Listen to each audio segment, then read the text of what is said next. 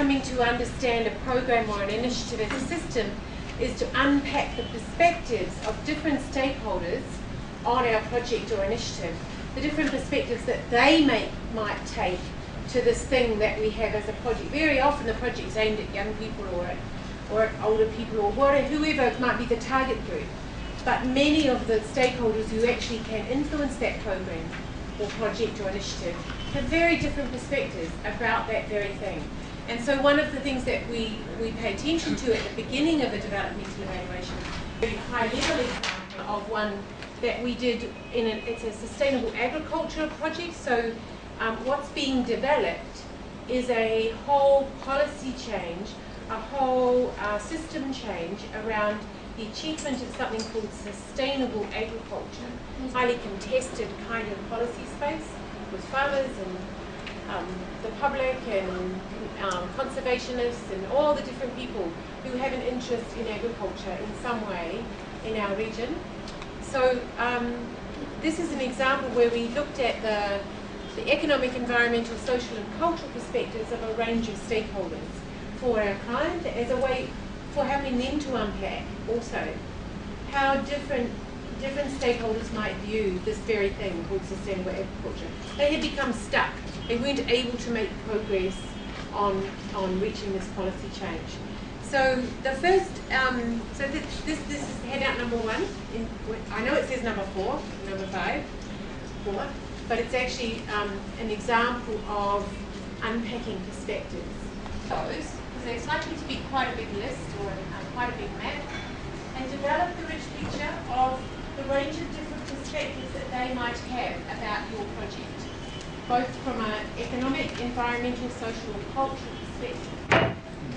So, for example, when they were thinking about sustainable agriculture, they saw it as costly, but may cost dearly if we don't do something about it. And they said that there's a risk of losing potential markets for New Zealand if we don't do something about our sustainability, which is interesting. And also they saw it as a potential for them to incur quite big penalties and fines if they didn't comply with regulations and rules around agriculture. Interestingly, they had a guardianship kind of view about the environment. It was about future generations. It was they saw themselves as guardians of the land. From a social perspective, they saw their sustainability as being part of local communities and system things. And their culture, from the farmer's perspective, their cultural perspective was about it being about future generations. So you can see, it's just an example that, and then each group had their own perspective on each of those dimensions. So I get you to do that work together in a group. But one bit of paper I've given you up till 3 o'clock, and we'll see how you're going, and then we might give you a bit more time at that point. All right?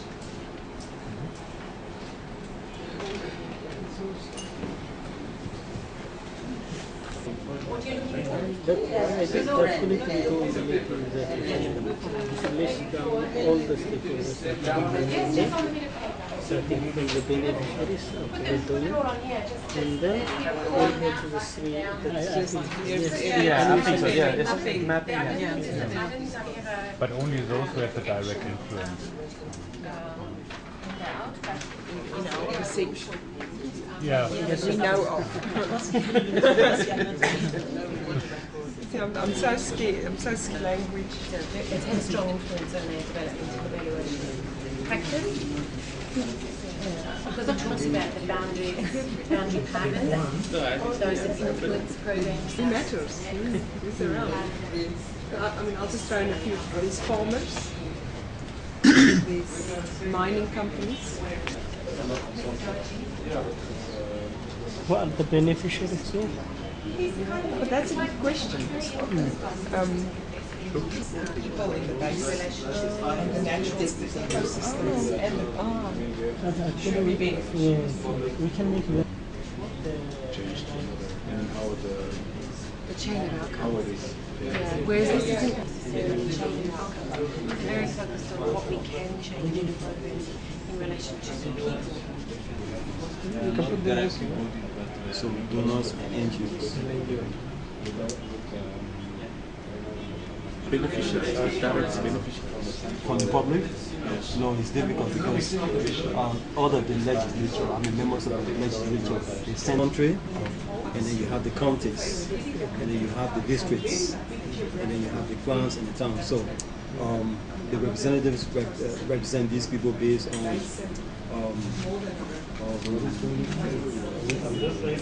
the political subdivision at that level is Senate at the lower house, the upper house. I mean, it's the representative at the lower house, and the Senate at the upper house. So it covers the whole nation? The whole country. Everywhere. It covers the whole country. Inaccessible project. It doesn't have to draw. Yeah. You know, so. Okay.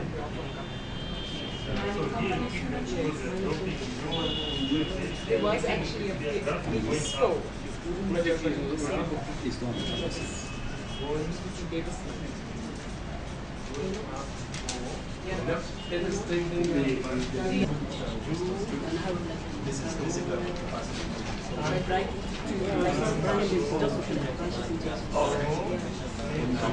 So just to give you an example of farmers, because they fertilize the land, the phosphor goes into the river, causes algae, you know, so it's so sensitive.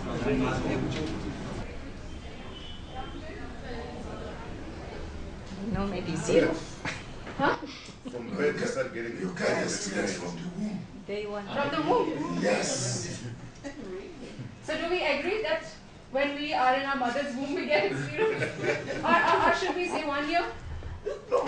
From day one. A child is coming to the world with. Yeah. Like a little baby. Yeah. It's amazing. Yeah. It's amazing watching the kid walking and talking without listening mouths. He said he was away from his son. He was away from his son is just 5 months old. He went out of country, came back when he was 8 months old, the baby, and he wouldn't recognize. Yeah. And almost 1,000 years of experience we have, and in diverse fields, different stakeholders, and she wants to keep learning. Yeah. So if everybody was sharing how much she would, the kind of learning she would get, right? So a lot of. So now going from the room, go back to your country and to your organization. So what kinds of knowledge do you have in your own organization? Kinds of. Written knowledge. Okay. So written, what kind of knowledge? What written? Reports. Okay, reports, nice. Anything else? Books, yes. Journals, yeah. Training material, yeah. Net. My office also has a big library. So a lot of books on research and gender we have, yeah. Anything else? Huh? Documents? Undocumented Yes. knowledge. Yes. And where is the knowledge? So there are documents in knowledge management for that. I just wanted to go a little bit deep into this. That's why I was asking all these questions. So these are the types, the main, I don't want to go into too many. Formal, it's systemized. Okay, well, I want this. Just Google it, yeah, you'll get it, you know. I want to learn about Zimbabwe or Madagascar because I got an email, yeah. So that is explicit. And tacit. Tacit knowledge is skills, ideas, connections, relationships in the office, or the tea, the recipe you will get on the internet, you know, how to make tea, but you know, but it has to be brewed for this time, you know, this much, and if I add a little bit more, it will be strong. So these are the things which we call tacit knowledge. Any questions? Please feel free to interrupt, please. Yeah. Any questions? Are you okay? The gender lady, yeah.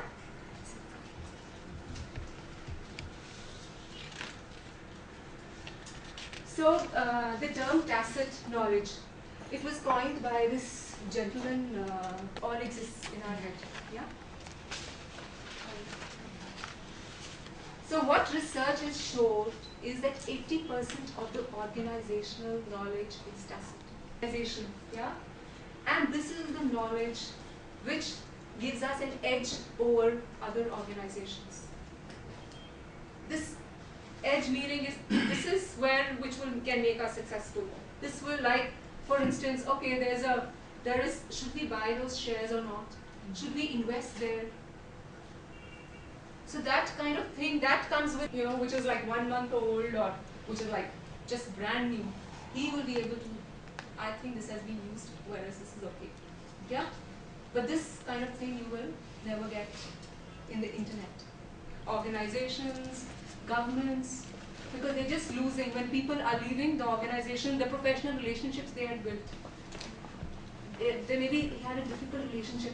Person is very difficult in the donor agency and the NGO. Yes. How can we make use of it? Okay, well, let's go ahead.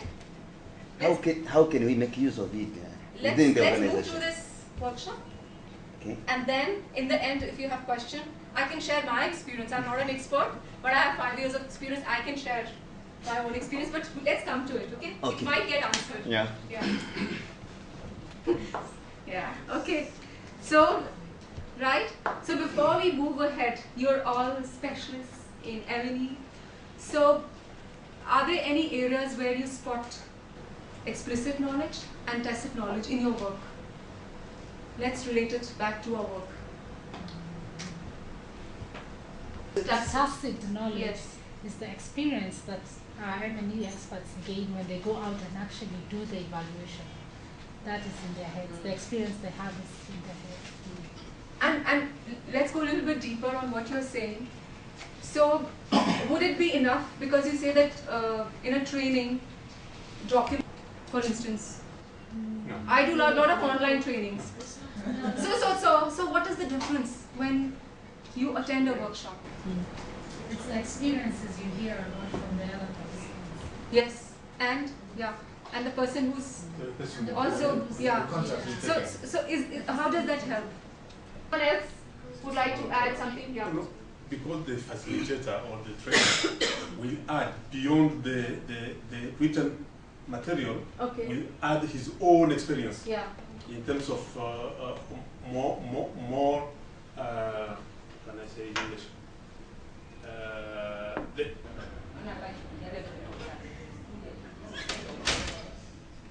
Ça, je trouve toujours, quel que soit ce qu'on est en train d'évoquer, on voudrait voir que c'est bénéfique pour les deux, pour les différentes personnes. Donc, je pense qu'il faudrait plutôt voir à l'intérieur de cette représentativité le profit de chacun. Et c'est là que les disparités peuvent encore se retrouver. Mais sinon, chaque fois que nous évoquons, s'il faut l'éducation, il faudrait que la femme soit éduquée autant que l'homme. S'il faut le bien-être, il faudrait qu'on retrouve tout le monde là-dedans. Les 10 femmes dont nous avons besoin, si les 10 femmes dont nous avons besoin, si les deux équipes sont là, et tout le monde a les mêmes capacités, c'est-à-dire qu'à la base, l'éducation a été là, est-ce que ce n'est plus toujours le... C'est-à-dire qu'à la base, tout le monde a été éduqué dans la représentativité. Maintenant, sur le plan élection, tout le monde se retrouve et ayant les mêmes capacités. Justement, c'est de ça dont je veux parler là. On a dit passer par la prise de décision. Voilà. Le niveau de participation est important. Voilà, qui a le pouvoir au niveau de l'Assemblée nationale. Parce qu'on peut donner 10 sièges aux femmes et puis 10 sièges aux hommes. 10 derniers sièges. Moi, je dis même 10 derniers sièges. Vous leur donnez 10 derniers sièges. Qui prend la décision à l'Assemblée nationale? Donc, c'est pour ça que je dis que la représentativité est importante, mais il faut aller au-delà de ça pour inclure d'autres dimensions, telles que la participation, l'inclusion, ainsi de suite. C'est une discussion. Moi, je pense que les problèmes de genre sont des relations de pouvoir.